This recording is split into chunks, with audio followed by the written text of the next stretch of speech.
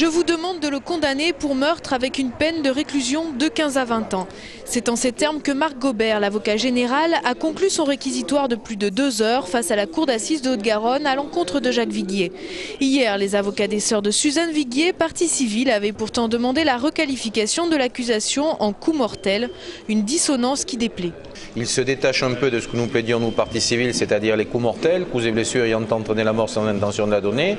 Et si jamais on pense qu'il s'agit d'un meurtre et que Viguier, depuis 9 ans, tente de tromper la justice en ayant fait disparaître le corps de sa femme, il est bien évident que la peine requise n'est pas suffisante. Par contre, s'il s'était adapté à notre thèse, qui est celle des coups mortels, il est évident que la peine de 15 ans est largement suffisante, puisque c'est la peine encourue. Je crois qu'il n'y a rien à dire sur ce point. Et le risque dans ce dossier pour la partie civile, c'est que les jurés, qui je pense sont convaincus aujourd'hui de sa culpabilité, risquent de se dire que pour les enfants qui ont déjà perdu leur mère, il est peut-être important de ne pas les séparer de leur père.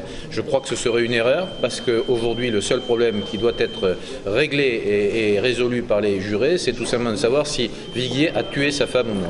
En ce moment, c'est Maître Catala, l'un des avocats de Jacques Viguier, qui a la parole. Demain, la journée devrait commencer avec la plaidoirie de Maître Leclerc, le second avocat du professeur de droit, suite à quoi les jurés devront se retirer afin de délibérer du sort de l'accusé.